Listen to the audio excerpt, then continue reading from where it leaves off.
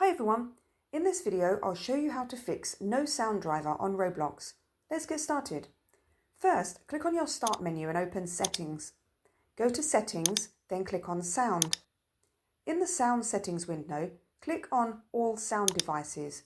Here you'll see your output devices and input devices. Select your default output devices and make sure the volume is set to 100%. After that, check if the sound is working in Roblox. If you still don't have sound, look at the top right corner of the Sound Settings window and click Check for Driver Updates.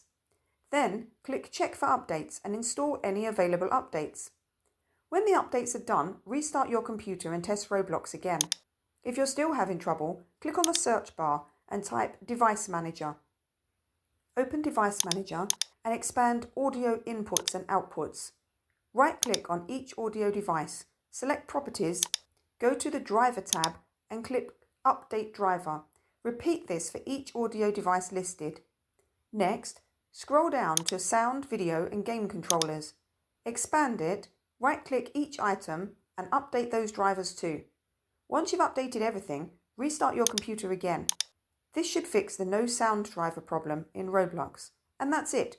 If you found this video helpful, don't forget to like, subscribe and hit the bell icon for more tutorials.